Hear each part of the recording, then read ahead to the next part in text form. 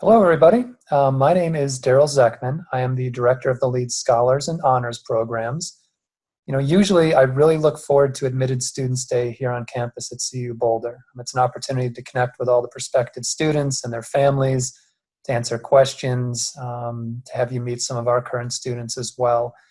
Obviously, it's not going to happen this year in person, unfortunately, but I'm glad we're able to connect virtually. And I'd encourage you, as a prospective student, families, if you have any questions, don't hesitate to reach out to me. We're here to help. We realize these are trying times for a variety of reasons. And on top of that, you have a college decision to make. So we want to make sure that you make as informed of a decision as possible. So we're here to help. I'll make sure my contact information is at the end of the presentation. So what I'd like to do is just start off by telling you a little bit about myself, my background, both in higher education and in the corporate world. And then I'll go into a brief overview of the Scholars and Honors programs. So to start off, I've been at CU for a little over 5 years now. I absolutely love living here in Boulder. It's obviously a spectacular place. You can see my virtual background of the Flatirons. I've been in this position. I get to work with exceptional students, help mentor and advise them over their careers here at CU, and hopefully find help them realize their dream jobs on the backside. And the other important thing is to know that we stay connected. Even if you graduate from CU, you don't graduate from the Scholars or Honors programs. We stay connected and are here to help, whether it's second job search or anything else for that matter. Prior to CU, I spent about 6 or 7 years at the University of Chicago. At that university, I oversaw their pre-professional business program. So I worked closely with undergraduate students in a very similar role, advising, mentoring, helping them find jobs, professional skill development. Prior to that, I was in the corporate world. So I started off working as a trader in finance, spent some time there. And then later in my professional career, I spent about 5 or 6 years working as a consultant, helping big corporations manage pension assets against future liabilities. So the important thing to note here is both myself and my colleague Sarah, who helps oversee the program, we both have this professional kind of corporate real-world experience. I think this allows us to give you more pointed advice. It gives us the ability to understand what firms are looking for and how to most effectively translate that into an undergraduate experience. But once again, thank you for joining us today. I really, wish we could meet in person. I hope everyone is safe and healthy, and don't hesitate to reach out to me if there's any questions. All right, so hopefully everybody's seeing this. So what I'm going to do is, typically at Admitted Students Day, I start off by showing some fun pictures. This is the honors group going to Dubai. We do an annual trek there. We've been doing it for about 5 years. Obviously, this trip had to be canceled this year, but we hope to continue it next year. But it's an unbelievable experience, and it's something that's open to our honors students. The Scholars Program, the last 3 years, we've taken them to South Africa. It's a very much, a trip where we do several business visits, but we also incorporate a lot of cultural experiences. And we spent a few days on safari. We worked with some of the townships and with some of the youth in Johannesburg and in Cape Town. So it's really, quite an exceptional experience. And like I said, we do like to mix in some fun. So we were able to, do an excursion up Table Mountain. We worked with a surf therapy company, and they gave us surfing lessons. And we also did consulting projects. So the bottom left, you can see one of our consulting teams at the end of their presentation. So what is Leeds Scholars? Think of Leeds Scholars as a holistic leadership development program. It's a 4-year program. Most people come in as incoming freshmen. However, there is a second point of entry. So if you're watching this and you were either not admitted as an incoming freshman or you weren't aware of the program, please know that there is a second opportunity to apply. You would apply at the end of fall semester freshman year. And if this is something of interest, please reach out to me, and let's stay in touch, and we can give you more pointed advice on what we're looking for as a second entry candidate. My main objective with the Scholars Program is to create, these impactful stories that help differentiate you when it's time to find an internship or full-time job, and also help you grow as a human being. We do this in a number of ways. Freshman year, I touched on these international consulting projects. We've done them in South Africa. Prior to that, we were doing them in Japan and also Argentina. Sophomore year, we do community outreach projects. I want you to be leaders, not just here in the business school, but also the broader Boulder community.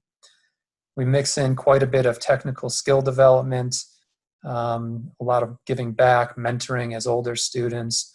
And ultimately, as I mentioned, I'm looking for you to have these impactful stories that show leadership development, that show tangible outcomes of some really unique experiences that I think it's tough to get at other universities. And from what we found, the formula works. We've had 4 graduating classes from the Scholars Program. We've had 100% job placement success. These are just a few of the firms where we've had placements in the recent years. So you can see, excuse me, I actually hurt my neck playing hockey a few weeks ago. So I'm feeling well, but my voice is still a little touch and go. So you're going to have to excuse me if it gives out a little bit during the presentation. So as I mentioned, you can see top consulting firms on here, places like McKinsey, Deloitte, Bain, Redstone Strategy, top trading firms, banks. We have a lot of marketing firms. It's really across the board. So I want to make sure that people understand, just because you're here at CU, you're not limiting yourself to the greater Denver metro area when it comes time to full-time employment. We literally have people placed coast to coast, whether it's in the entertainment industry in Southern California. We have people working for Disney's corporate offices in Orlando, big banks in New York, consulting firms in Chicago, tech startups in the Bay Area. So it's really across the board.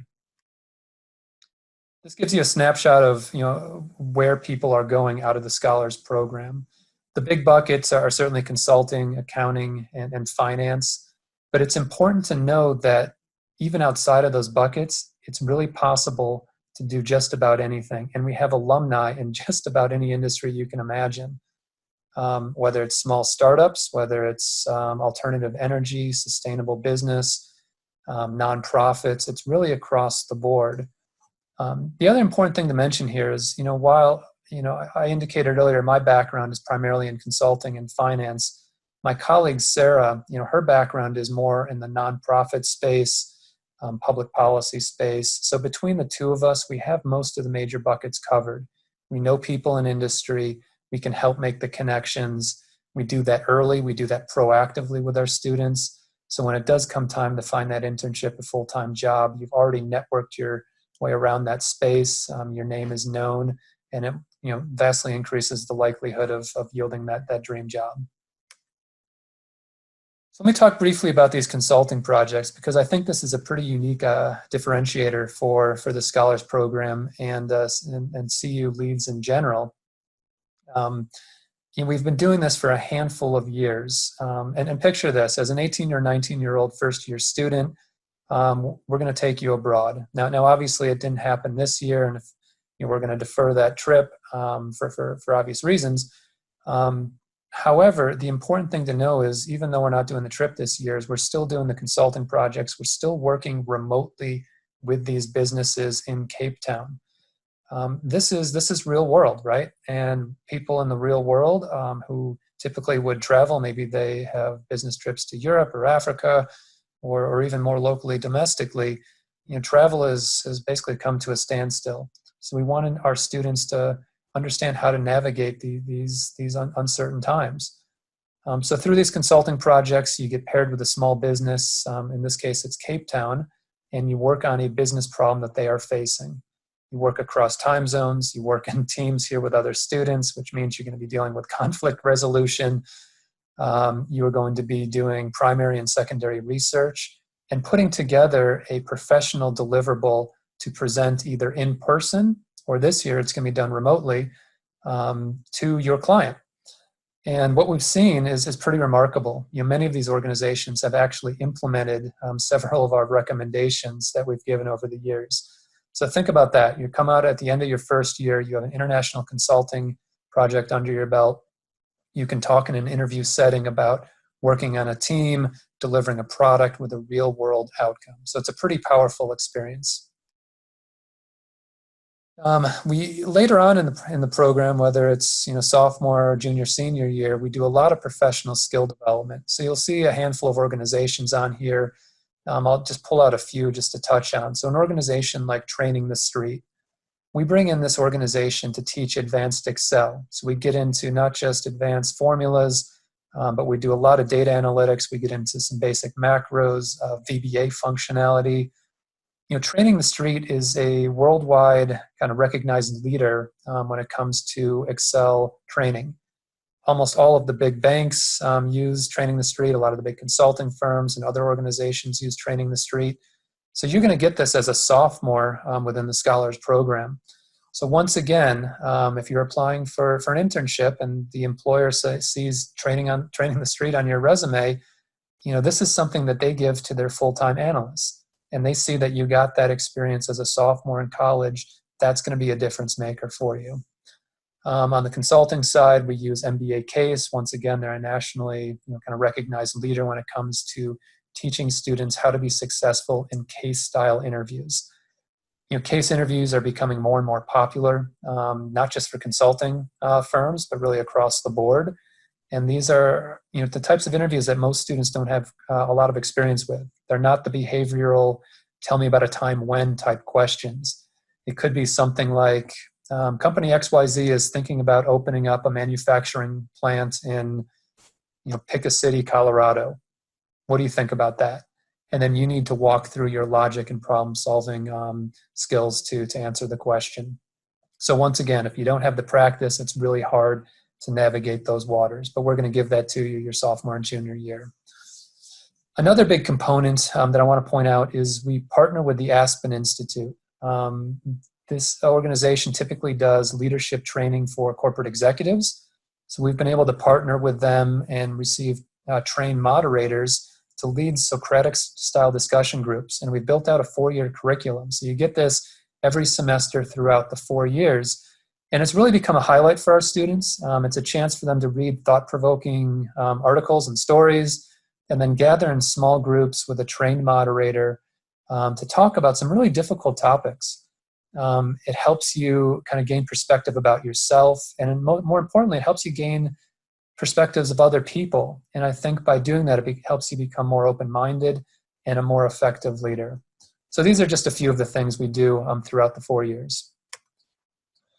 A really important part of our program is our sophomore outreach projects. These are year-long community outreach projects where we partner with various nonprofits.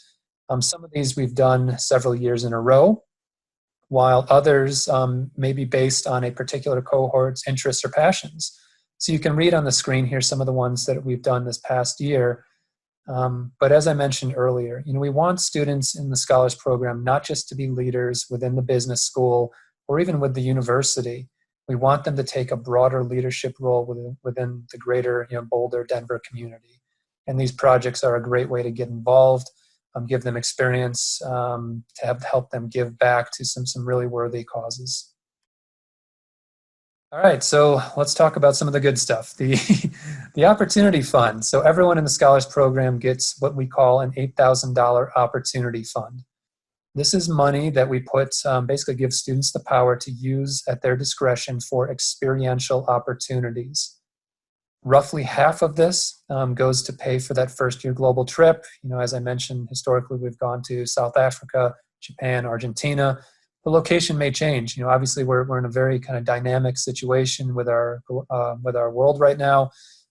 Safety, health of our students is the number one concern. So we are constantly assessing, where are students going to have a valuable business experience, a valuable cultural experience, but also be in a very kind of very safe environment. So roughly half of your Opportunity Fund goes to pay for that. The other half can be used for a tuition credit, or it could also be used for what we call experiential opportunities. Here's just a sampling of them. Historically, students have used it to travel, to volunteer.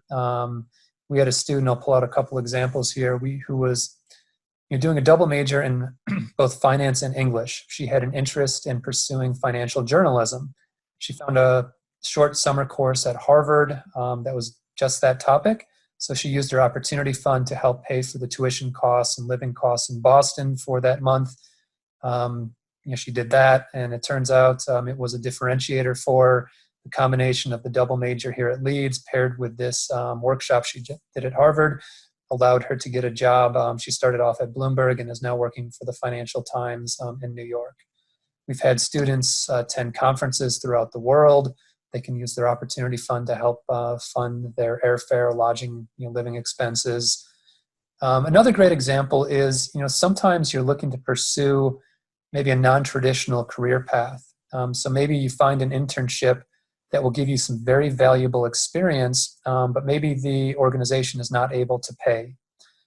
So students have used their opportunity fund to help subsidize living costs for an unpaid summer experience, because certainly everyone has financial realities, and hopefully this fund will help a bit in that regard.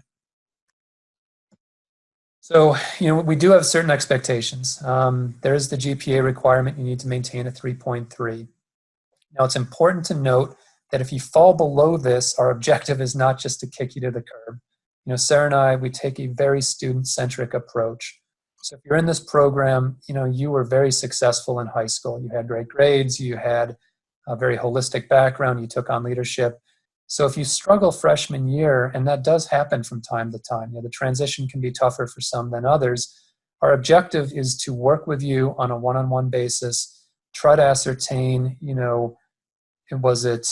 you take too many classes? Were you too involved? Is there something else going on?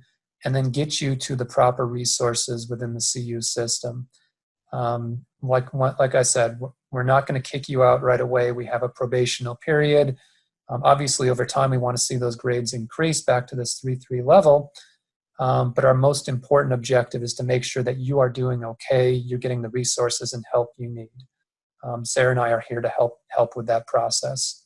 So outside of the grade point requirements, we do expect you to uphold to the honors code here at CU, act ethically, and basically be an active participant in the program. So I'd like to switch gears and run through the honors program. And sometimes there's some confusion between scholars and honors. So while scholars is more of a holistic leadership development program, I think you should think of honors as more of an academic experience. So admission to the honors program is strictly based on high school GPA and test scores.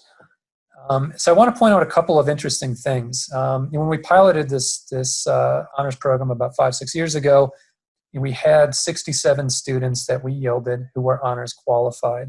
And in the bottom part of this slide, if you look at the growth over the past 5 years, it's pretty phenomenal. This past cohort was up to 190 students. So people say quality breeds quality. We have had vast increases in the number of honor students that have come to CU, and it's really helped enhance the overall culture and the academic rigor within the college. We've had such a large increase that we have made some changes for the incoming class. The ACT was changed from 30 up to 32. SAT was 1390, it's now 1450. The GPA we laxed a little bit from 3.9 to 3.8 for a variety of reasons, and I'd be happy to discuss that in more detail if you have follow-up questions. All right, so as I mentioned, here are the requirements for the honors program for the incoming class this fall. And what do you get within the honors program? Well, we expect you to maintain a strong GPA. These students in this program are supposed to be our most academically talented students. We expect you to maintain a 3.6 cumulative GPA. Once again, similar to the Scholars Program, if after your first year you fall below this threshold, my objective is not to simply kick you out of the program. Once again, we are here to work with you on a one-on-one basis to help figure out where are you struggling? How can we be more proactive about this going forward? And what steps can we put in place to ensure your success in future semesters? If you have multiple semesters below this threshold, then we might need to have a different conversation. Maybe you shouldn't be taking those enhanced, more difficult courses. That's a discussion we have. Once again, we try to take a very student-centric, personalized approach to this. Some of the benefits of the program, similar to Scholars, we do offer a handful of workshops. These are all going to be optional. So if you see something you like and have interest, please get involved. If it's not of interest, we're not going to force you to do it. Sarah and I have found that the students who get engaged, get the most out of it. So the more you put in, the more you get out. We also have, as I mentioned at the beginning, an honors exclusive trip to the United Arab Emirates. This is an absolutely phenomenal trip. We have a video on our website, and I'll be sure to have a link to the website at the end of this presentation. I encourage you to take a look. I think the Middle East has so many misconceptions around it. We have some wonderful connections in Dubai in particular, where we get to meet with actual Emiratis who are business leaders in the government or private sector there. It's a very, very unique experience.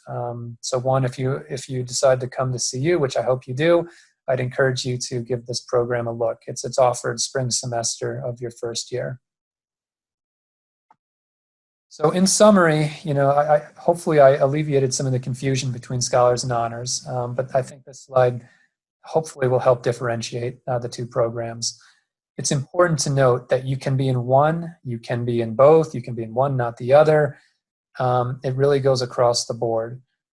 We have many students and scholars, roughly probably 70, 75% who are also in honors. So you can certainly do both. Scholars, once again, a differentiator would be you get that annual merit scholarship through the Opportunity Fund. You have a dedicated trip to either, historically it's been South Africa, Tokyo, or Buenos Aires, Argentina. Myself and Sarah act as your dedicated advisors. That is also true for the honors program. Sarah and I are here to help. Within honors, it's going to be academic. So you are required to take 13 credit hours of honors designated coursework. These courses, many of them are classes you would take regardless. But what we've done is carved out honor-specific sections. So you're going to be taking these with other honors students. The curriculum's enhanced. And oftentimes when we talk to our seniors, they tell us that these were some of their favorite classes. They tend to be smaller class size, handpicked faculty, and the discussion seems to be elevated. Once again, with honors, you get the trip to Dubai, which obviously we hope to do again. We help subsidize this through a scholarship. Although you would be responsible for some of the payments. And selection for the honors program is strictly based on academics coming out of high school. So we're looking for that CU calculated 3.8 GPA out of high school and a super score ACT of 32 or a super score SAT of 1450. So here's the contact information. We have a generic email box for both Leeds Scholars and Leeds Honors. Those come directly to me and my colleague Sarah. If you want to email me directly, I've also put my personal email for work there as well, and also links to the Scholars and the Honors websites. Both of those websites contain a great deal of information. I know I ran through this very quickly, so there's more information on the websites.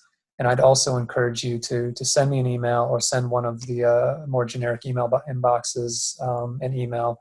We do check them on a daily basis, and we'll get right back to you and get your questions answered. What I would like to close is by saying I really wish we could have seen each other in person at Admitted Students Day. Hopefully this information was informative for you. I encourage you to reach out to me. My colleague Sarah and I would absolutely love to see you at Leeds next fall. You're an extremely talented group. I'm happy to connect you with current students. We realize this is a stressful and anxious time for a variety of reasons for many of you. So please know that we're here to help. We're here to get your questions answered so you can make a decision based on as complete of information as possible. So thank you for listening. Thank you for your time. And I hope to hear from you soon. Take care.